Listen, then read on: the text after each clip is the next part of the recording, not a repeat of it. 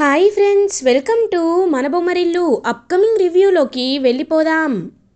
భూమి అపూర్వాని సిఐ విక్రమ్ని చంపింది నువ్వేనని అందరి ముందు ఒప్పుకో పిన్ని అని నిలదీస్తుంది.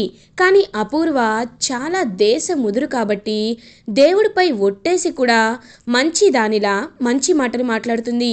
బావా, నేను ఒక ఆడదాన్ని, నన్ను నిజాయితీ నిరూపించుకోమని దేవుడి ముందు నిలబెట్టి ఒట్టేయమంటే నేను ఏం చేయను?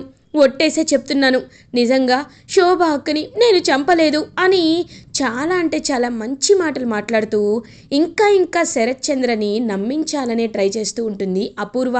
కరెక్ట్గా అదే టైంకి పోలీస్ వచ్చి క్లియర్గా సిఐ విక్రమ్ని యాక్సిడెంట్ చేయించింది అపూర్వ అని, అపూర్వ సెట్ చేసిన రౌడీ అపూర్వ పేరు చెప్పేశాడు అని అనడంతో ఒక్కసారిగా ఇంకా అలా అపూర్వ షాక్లో ఉండిపోతుంది.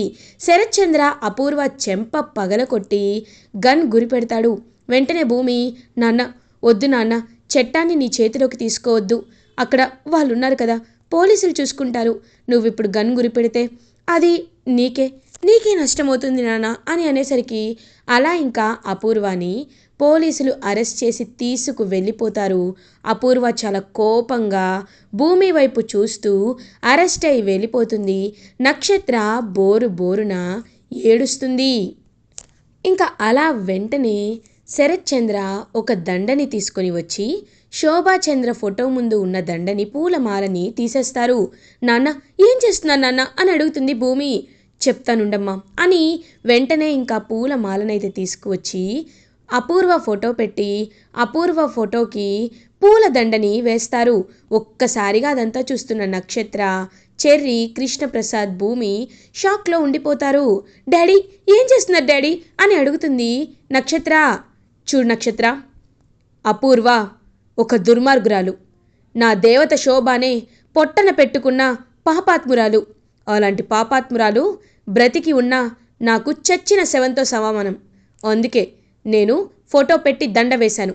ఇవాటి నుండి ఈ అపూర్వ నా దృష్టిలో చచ్చిపోయింది. నా దేవత శోభ బ్రతికొచ్చింది, భూమి రూపంలో బ్రతికొచ్చింది. భూమిని చూస్తుంటే నాకు నా శోభాని చూస్తున్నట్లే అనిపిస్తుంది. శోభ ఆత్మ భూమిలో ఉన్నట్టు అనిపిస్తుంది అని భూమిని హక్ చేసుకుంటారు హ్యాపీగా. శరత్ చంద్ర, భూమి కూడా చాలా అంటే చాలా హ్యాపీగా ఫీల్ అవుతుంది. ఇంకా వెంటనే శరత్ చంద్ర భూమితో, చూడు భూమి, ఇవాళ నేను చాలా సంతోషంగా ఉన్నాను.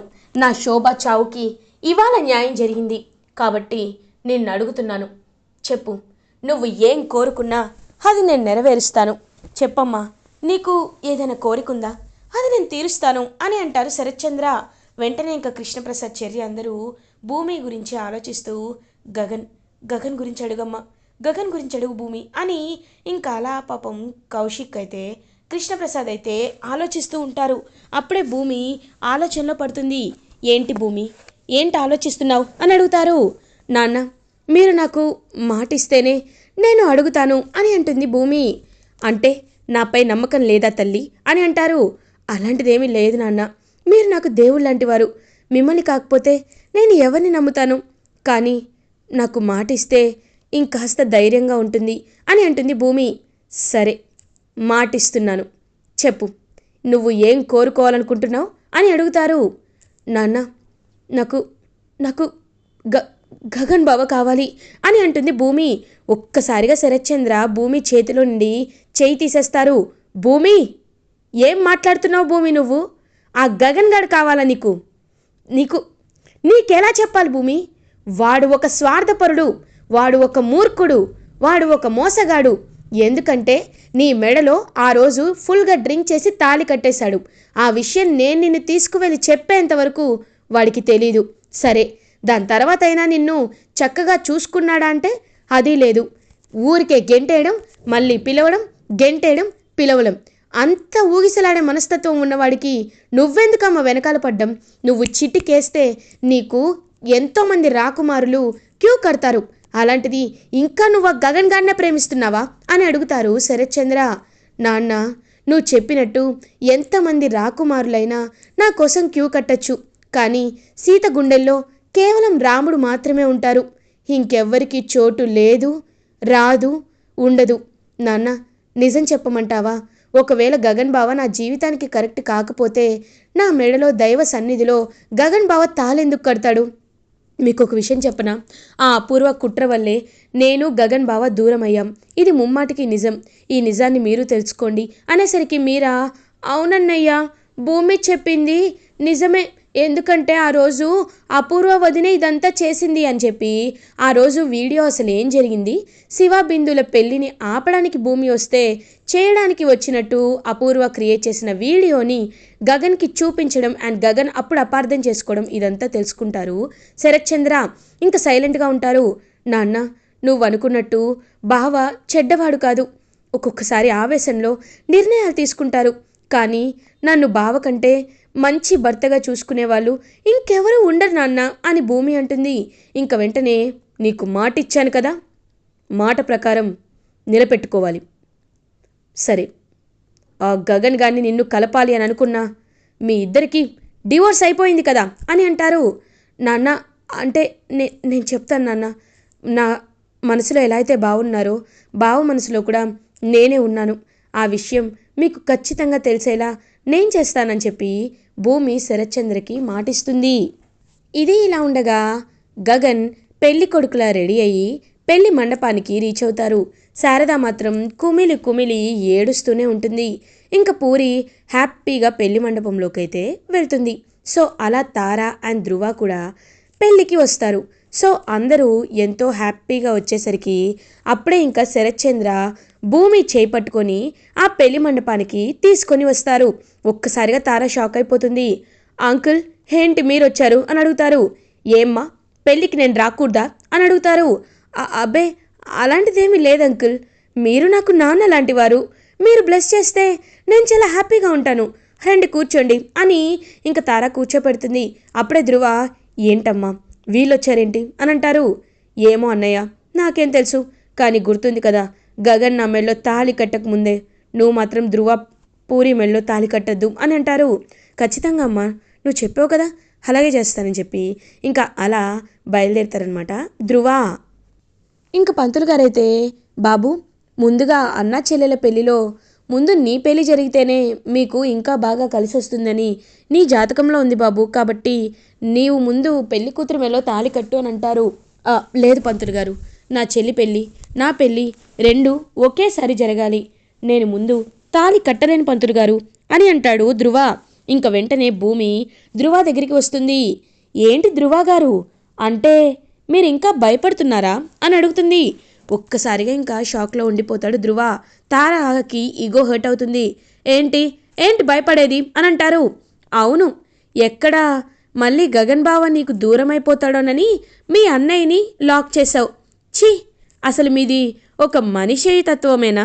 నిజంగా పూరి అంటే మీకు ప్రేమ ఉందా లేదా, లేకపోతే కావాలని నటిస్తున్నారా? మీకు నిజంగా పూరి అంటే ప్రేమ ఉంటే ఇలా గంగిరెద్దులా నేను కడితేనే కడతాను అని అనరు, నిజంగా కడతారు అని అంటారు. ఇంక వెంటనే తారాకి ఈగో హర్ట్ అవుతుంది. ఏంటి ఏంటి ఎక్కువగా మాట్లాడుతున్నావు? మా అన్నయ్యకి పూరి అంటే ఇష్టమే, కానీ నా జీవితం కోసమే ఆలోచిస్తున్నాడు. నువ్వు అనుకున్నంత దుర్మార్గుడేమి మా అన్నయ్య కాదు. అన్నయ్య, నువ్వు తాళి కట్టన్నయ్య అని అంటారు. అమ్మ, తారా అని అంటారు. వెంటనే, అంటే నేనంటే మీకు ఇష్టం లేదా అని అడుగుతుంది. అలా అని ఎందుకు అనుకుంటావమ్మా, నాకు నువ్వంటే చాలా అంటే చాలా ఇష్టం పూరి. నేను నీ మెళ్ళో తాళి కడతానని చెప్పి ఇంకా అలా తన మెళ్ళో అయితే తాళి కడతాడు. ఇంకా అలా అందరూ అక్షింతలేసి ఆశీర్వదిస్తారు. అప్పుడే కరెక్ట్గా గగనేమో ఇంకా చాలా అంటే చాలా హ్యాపీగా ఫీల్ అవుతారు. తారా, ఇప్పుడు చూడు, నీ కళ్ళ ముందే గగన్ గారు కూడా ఖచ్చితంగా నా మెళ్ళో తాళి కడతారు. ఇంకా అలా గగన్ అయితే తాళి బొట్టు పట్టుకొని చూస్తూ ఉంటారు. వెంటనే అలా తారా మెళ్ళో తాళి కట్టబోతుంటే శరత్చంద్ర, ఒక్క నిమిషం అని అంటారు. ఏమైంది అంకుల్ అని అడుగుతుంది తారా. ఒక్క నిమిషం అమ్మా. గగన్, నేనిప్పుడు ఒక ఆడపిల్ల తండ్రిగా నీ ముందు ఒక విషయం అడుగుతున్నాను. నాకు నిజం చెప్పు, నిజం మాత్రమే చెప్పు. నువ్వు మీ అమ్మంటే నీకు ఇష్టం, ప్రాణం, సర్వస్వం, లోకమని అంటావు కదా, కాబట్టి నాకు నిజం మాత్రమే తెలియాలి. దేవుడి సాక్షిగా, ఈ పచ్చని పందిరి సాక్షిగా, నీ అమ్మ శారద సాక్షిగా చెప్పు. నువ్వు మనస్ఫూర్తిగా తారా మెల్లో తాళి కడుతున్నావా? భూమి భూమిని నిజంగానే నువ్వు కేవలం అవసరం కోసం మాత్రమే ప్రేమించావా? ఆస్తి కోసం మాత్రమే పెళ్లి చేసుకోవాలనుకున్నావా? ఎందుకంటే అపూర్వ నీ గురించి నాకు అదే చెప్పింది. నువ్వు ఒక మోసగాడివని, స్వార్థపరుడివని, నువ్వు కేవలం ఆస్తి కోసమే భూమిని పెళ్లి చేసుకున్నావని నాకు చెప్పింది. కానీ ఇన్ని రోజులు ఎవరి మాటలైతే నేను విన్నానో అదే ఒక మోసగత్తె అని నిన్నటి వల్ల నాకు తెలిసింది. అపూర్వ ఇప్పుడు నా దృష్టిలో చచ్చింది. కాబట్టే నేను నా కూతురు మాటల్ని నమ్మాలి అనుకుంటున్నాను. మీ అమ్మపై ఒట్టేసి చెప్పు, భూమి అంటే నీకు నిజంగా ఇంకా నీ మనసులో ఇష్టం లేదా? ఇష్టం ఉంటే ఎందుకు ఈ పెళ్లి చేసుకుంటున్నావు అని అడుగుతారు. వెంటనే ఇంకా గగన్ అలా శరత్చంద్ర చేతులు పట్టుకుంటారు. చూడండి శరత్చంద్ర గారు, మా అమ్మపై ఒట్టేసి చెప్తున్నాను, ఈ పచ్చని పందిరిపై ఒట్టేసి చెప్తున్నాను, నా గుండెల్లో భూమి తప్ప ఎవరూ లేరు. కానీ నేను ఎందుకు భూమిని పెళ్లి చేసుకోవాలి ఎందుకు ఆ తారని పెళ్లి చేసుకోవాలనుకున్నానంటే నా చెల్లెలు పూరి కోసం. పూరికి ఇప్పటికే ఆల్రెడీ ఒకసారి పీటలపై పెళ్ళి ఆగిపోయింది. అపూర్వ వల్లే నేను భూమిని అపార్థం చేసుకోవాల్సి వచ్చింది. కానీ ఆ రోజు స్టేజ్ పైన మీరిద్దరూ కలిసి ఉన్న ఆ బంధాన్ని చూసి నా గుండె పులికించిపోయింది. నేను ఎలాగో భూమిని అంత బాగా చూసుకోలేను. భూమి మీ దగ్గర ఉంటే మహారాణిలా ఉంటుందని మీరు చెప్పినప్పుడు నాకు నిజంగా చాలా హ్యాపీగా అనిపించింది. భూమి దగ్గర నేను ఉండి మిమ్మల్ని తనకి దూరంగా ఉండమని చెప్పే కంటే భూమినే హ్యాపీగా మీ దగ్గర ఉంటూ మీ మహారాణి పెంపకంలో ఉంటే తను నేను లేకపోయినా మెల్లమెల్లగా మర్చిపోతుంది అని నేను ఇదంతా చేశాను. అంతేకాని భూమిపై ప్రేమ లేక కాదు అని అంటారు. ఇంకా వెంటనే అలా గగన్ వైపు చూస్తూ ఉంటారు శరత్చంద్ర. చూడు, నీకు నాకు శత్రుత్వం ఉండొచ్చు, కానీ ఒకటి మాత్రం నిజం, నా కూతురు ఏది అడిగితే అది ఇవ్వాలి అని నేను గట్టిగా ఫిక్స్ అయిపోయాను. నా కూతురు నిన్ను అడిగింది కాబట్టి నాకు నచ్చకపోయినా నిన్ను ఇంటి అల్లుడుగా ఒప్పుకోవాలనుకుంటున్నాను. భూమి నీ భార్య, భూమిని నువ్వు ప్రశాంతంగా పెళ్లి చేసుకోవాలి అని అంటారు. ఒక్కసారిగా తారా, ఏంటి అంకుల్, ఏం జరుగుతుంది ఇక్కడ? నేను సైలెంట్గా ఉన్నానని ఏది పడితే అది ఒప్పుకుంటాను అనుకుంటున్నారా? అయినా గగన్కి భూమికి డివోర్స్ అయిపోయింది.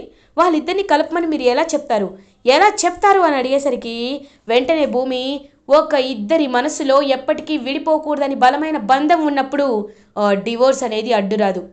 ఒకవేళ లీగల్గా నీకు డివోర్సే అడ్డు వస్తే గగన్ బావ నన్ను మళ్ళీ పెళ్లి చేసుకుంటాడు అని అంటుంది భూమి. ఒక్కసారిగా తారా షాక్ అయిపోతుంది. ధృవ ఏమో, బావగారు ఇది పద్ధతి కాదు. నేను మీ చెల్లెల్ని పెళ్లి చేసుకున్నప్పుడు మీరు కూడా నా చెల్లెల్ని పెళ్లి చేసుకోవాలి. కానీ మీరు పెళ్లి చేసుకోకుండా ఇలా మోసం చేయడం కరెక్ట్ కాదు. నేను పోలీస్ స్టేషన్కి వెళ్తానని అంటారు. వెంటనే శరత్చంద్ర, చూడు ధృవ, నీ విషయంలో ఏం జరిగిందో నేను అర్థం చేసుకోగలను. కానీ ఒక ఆడపిల్ల తను నోరు తెరిచి నేను గగన్తో తప్ప ఎవరితో ఉండలేను అనింది. బలవంతంగా అతనితో డివోర్స్ పేపర్స్పై సైన్ చేయించుకున్నారు. అలాంటప్పుడు ఎలా మీ పెళ్ళి చెల్లుతుంది? చూడండి, ఇప్పుడు చెప్తున్నాను, తారాకి మంచి సంబంధం చూసే బాధ్యత నాది అని అంటారు శరత్చంద్ర. వెంటనే ఇంకా తారా నాకేమీ అక్కర్లేదని చెప్పి అలా ఇంకా ఏడుస్తూ ఉంటే అప్పుడే కరెక్ట్గా గగన్ అయితే 3 ముళ్ళ బంధాన్ని మళ్ళీ మొదలు పెడతాడు గగన్ భూమితో. భూమి అందరి ముందు ఒకప్పుడు ఎలా వాళ్ళ పెళ్లి చాలా సీక్రెట్గా జరిగిందో, బట్ ఇప్పుడు మాత్రం అందరి సమక్షంలో, బంధుమిత్రుల సమక్షంలో అంగరంగ వైభవంగా భూమి మెడలో తాళి కడతాడు మరొకసారి గగన్. ఇంకా భూమి ఆ తాళిని చూసుకొని మురిసిపోతూ ఉంటుంది. అలా ఇంకా ఎంతో హ్యాపీగా శరత్చంద్ర కూడా వాళ్ళిద్దరినీ దీవిస్తాడు. ఇంకా అలా శరత్చంద్ర, భూమి, గగన్ అందరూ హ్యాపీగా ఉంటుంటే అదంతా చూసి వెళ్ళిపోతుందన్నమాట. వెంటనే తార వెళ్ళి రూమ్కి డోర్ లాక్ చేసుకుంటుంది. ఇంకా శారద కూడా ఎంతో హ్యాపీగా అలా భూమి గగన్పై అక్షింతలు వేస్తుంది. పూరి అదంతా చూసి ఏమీ మాట్లాడకుండా సైలెంట్గా ఉండిపోతుంది. ఇంకా అలా పూరిని తన ఇంటికైతే తీసుకువెళ్తాడనమాట ధృవ గారు, మా అన్నయ్య చేసిన దానికి నేను క్షమాపణ అడుగుతున్నా. ఏయ్, నా చెల్లెల్ని నేను మహారాణిలా చూసుకున్నాను, కానీ నా చెల్లెల్నే నీ అన్నయ్య మోసం చేశాడు. అలాంటిది నేను నీ మెళ్ళో తాళి కట్టినా నిన్ను బాగా చూసుకుంటానని ఎలా అనుకుంటున్నావు? అంత సీన్ లేదు. ఇవాటి నుండి నువ్వు ఈ ఇంటి పని మనిషివి. ఇంట్లో పనులన్నీ చేయాలి, మాకు సేవలు చేయాలి. ఒక్క మాటైనా ఎదురు సమాధానం చెప్పావో నేను ఏం చేస్తానో నాకే తెలీదు. మీ అన్నయ్య పరువు పోయినట్టు డివోర్స్ పేపర్స్ నీ ముఖంపై కొడతాను.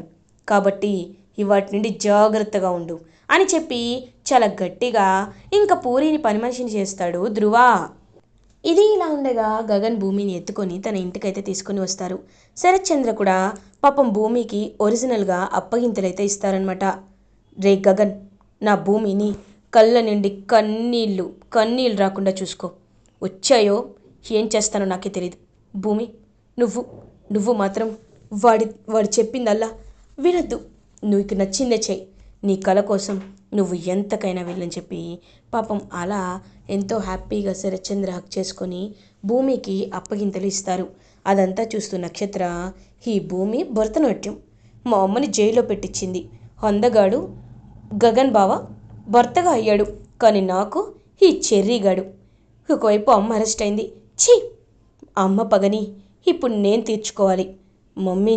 మమ్మీని ఖచ్చితంగా బయటికి తెప్పించుకొని అప్పుడు వీళ్ళ సంగతి చూస్తాను. మా మమ్మీని వీళ్ళందరూ బాగా ఏడిపించారు, వీళ్ళందరినీ నేను ఏడిపిస్తాను అని అప్పటి నుండి నక్షత్ర ఇంట్లో వాళ్ళందరిపై పగ పెట్టుకుంటుంది. ఇలా ఎపిసోడ్ ఎండ్ అవుతుంది. ఫర్దర్ ఎపిసోడ్ రివ్యూస్ ముందుగా మీకు కావాలి అనుకుంటే మా ఛానల్ని సబ్స్క్రైబ్ చేసుకోండి. Thanks for watching.